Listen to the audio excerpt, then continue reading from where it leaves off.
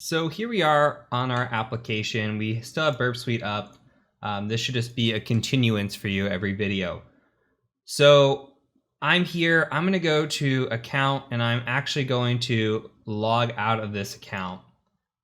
And from here, I'm going to go back to account into the login page. So we're going to play as if we were unauthenticated for right now.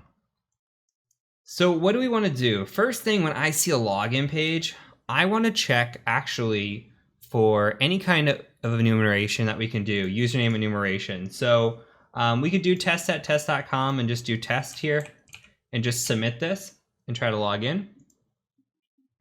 And this is great. This is what you want to see. You don't see this all the time, but this is what you want to see.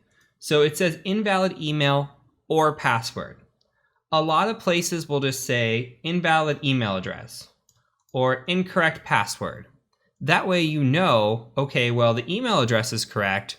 I don't know the password. If that were the situation, that would be a finding. It would be a low-level finding, but it's still considered information disclosure when you are allowing for username enumeration. So keep that in mind when you're at a login page like this, something that you want to check. Now, from here, we can go to, hey, I forgot my password. And in here, we can do the same thing, test@test.com. And remember, we were talking about the username enumeration before, and well, guess what's happening? We don't have a security question coming through here, right? So that's an issue. This is username enumeration. For example, we did log in as the admin user, and their email was admin@juice-sh.op. And look, now we are able to click on this. This is bad. This is so bad. There are situations I see, especially doing web apps all the time and bug bounty hunting all the time, where you have the situation where if you provide an invalid email address, nothing happens, or you say, even if it's just, imagine there's nothing right here down. It just says, hey, I forgot my password, I don't know. I'm gonna go ahead and just say, here's my email address and submit. And it'll say, we don't have that email on file. Well, then that's still username enumeration, right?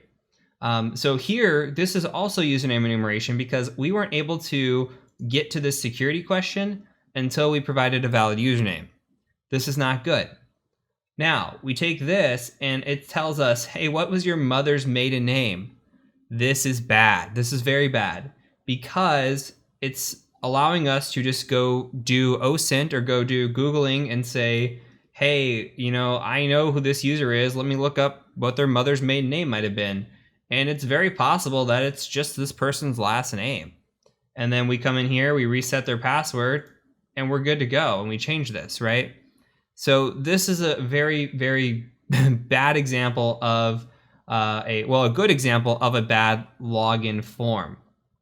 Other things we can check for is session fixation. So we can create an account really quick, and I'll show you what this looks like. So if we go to log in and we go not yet a customer, and we'll just make a test@test.com really quick. And I'll make the password test1234 and test1234 as well. And we'll just do a security question of what's your eldest sibling's middle name? We'll say Bob. We'll register here. Okay, so now we're registered. Let's go ahead and intercept this. And we could see that we have these cookies here, continue code, whatever. A lot of times there's a session ID specifically. Let's go ahead and just send this to repeater so we have this saved. And then I'm going to turn this off. Let's go ahead and log in now as test@test.com. Test1234, log in. Okay, now let's turn this back on and refresh and see what we got. Okay, now we have a token. So this is okay. We have this token here. This is good.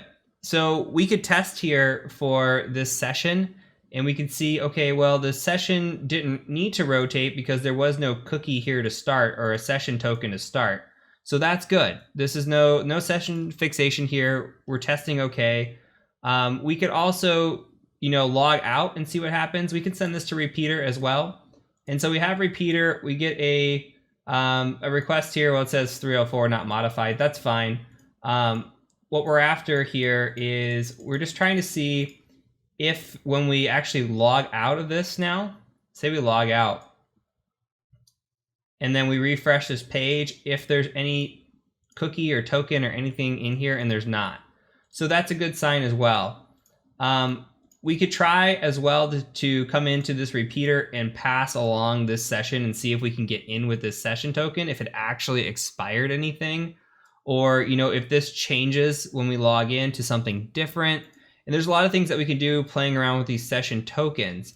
But what we're after when it comes to this testing for broken authentication is there session fixation here? And I'm not seeing it. But it's good to look around at all these features. And again, like the username enumeration doesn't happen at the login page. And even if it doesn't, it happens a lot on the forgot password page. And if we're able to brute force this page repeatedly, that's an issue. If we're able to, use default credentials here, that's an issue. If we're able to log in and there's no multi-factor authentication, which there isn't, that's an issue. So these are things you're going to start looking for and thinking about and prodding. So not only are you checking, SQL injection here, which we do on login forms and pages, but we're also going to be checking for authentication issues before we ever log in as well. Can we bypass authentication? So that's it for this lesson. Hopefully this all makes sense. Again, I do encourage you to, for every challenge, to check out all the challenges here. And the reason we didn't actually do any of these solutions, if we go into broken authentication, most of them are relating to the reset feature. You could see change feature, or change password here in the reset. So for me, it didn't feel like it was really a challenge. It was more of like going out to Google and figuring out the answer, like to a Bender, for example, is from the TV show Futurama, and it wanted you to figure out his security answer, just proving a concept. So I just wanted to talk more theoretically through this instead. And again, like I was saying, go out to the OWASP Top 10, review a lot of this stuff. You can go into these challenges and give it a try on your own just to kind of understand what they're wanting from these aspects and why broken authentication is bad. And it's number 2 because it happens so much. So from here, we're going to move on to number 3, which is sensitive data exposure. So I'll catch you over in the next video.